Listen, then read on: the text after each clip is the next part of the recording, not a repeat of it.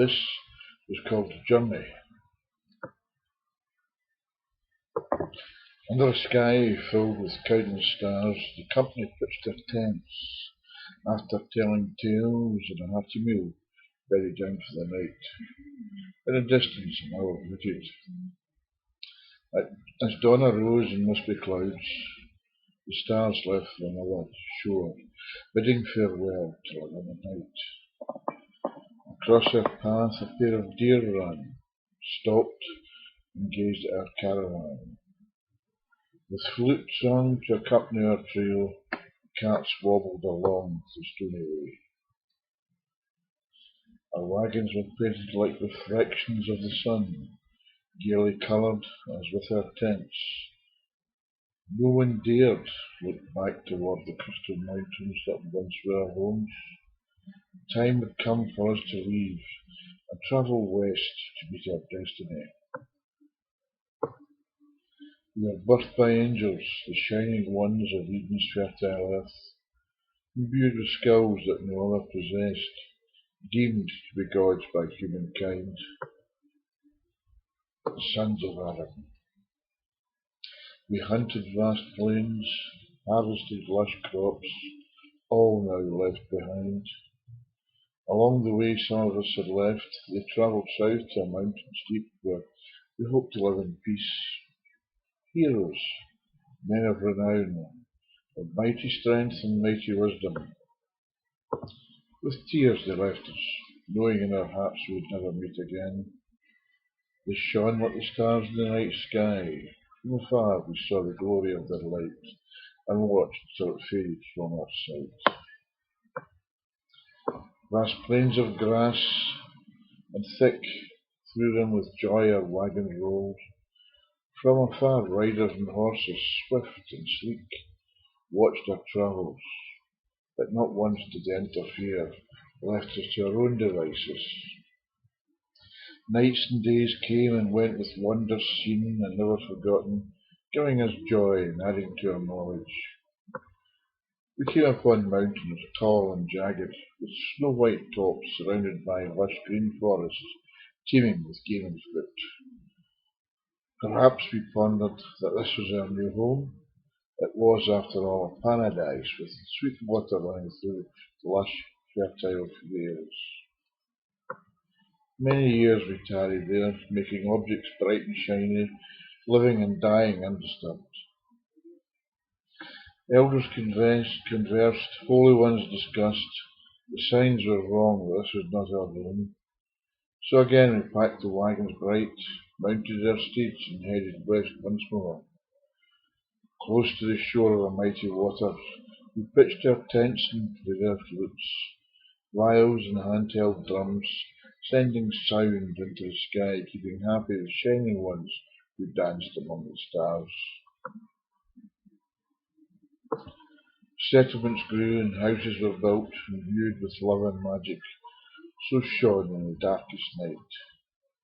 Ships were built to carry us over the wild and seething sea, where mer people played and waved, giving us oar and guidance. Some looked to the north beyond Hyperborean land, where snow and ice illumined, with midnight sun called to them with threatening means. The elder one, with hair blowing in the wind, urged us, calling into desire, and knew just what to do.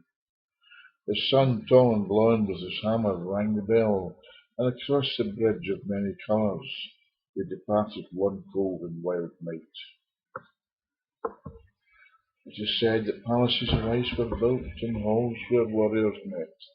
Everlasting flowed the ale and mead, and they basked in the midnight sun.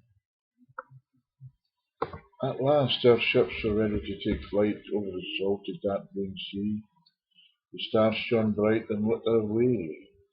Singers of the deep they sang to calm our mountain fear. Looking back for the last time the land disappeared, our Queen lifted up our hearts and filled us with hope and expectancy. Onwards to a land anew where forever we will be young, a blessed place, green and with beaches of yellow sand. trees that touch the sky, and birds converse with the stars. Some ships, looking white, veered away heading towards other lands, while we sailed on, passing an island in the mist. One of our host heard the call, and with his clan, horses white, decided to dwell forever there. Green-topped cliffs suddenly reared out the sea, where breakers ferocious smashed them all. Many days we searched for a passage safe where we could land, as we grew tired with the harshness of the sea. At last our ravens came to us, telling of a place, green, lush, and full of beauty, where we could dwell. Coming ashore with flute and drum, our people left the ships on a shingle bay, and then we set them alight, their dust flew into the air. Caravans and carts, parked horses, and those who walked with packs on their backs, soon formed a line, and with joyous step journeyed on. We found lochs full of fish and ducks, rivers that flowed clear and swift toward the sea, trees so tall that they touched the sky, green and thick with leaf and fruit of all kinds, giving shelter from the sun and a safe place at night. Then we came upon a hill, a place that spoke to us all, and within our heads and hearts a knowing that this was home. Pitching tents and fires we lit, singing songs of joy, as we settled down to rest and sleep with a happy smile.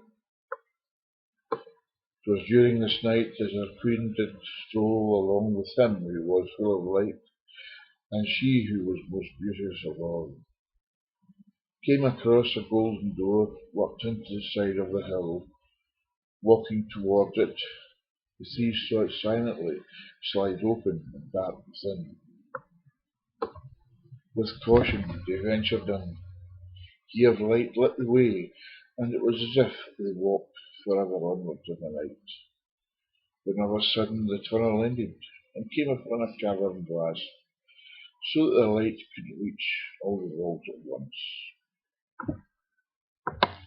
Astonished, the three looked at one another, and smiled at last, and said, "Our queen, we truly have come home after all." The ship sailed forever on across the briny sea, where the nights are dark, lit by cosmic waves, accompanied by the singers of the deep.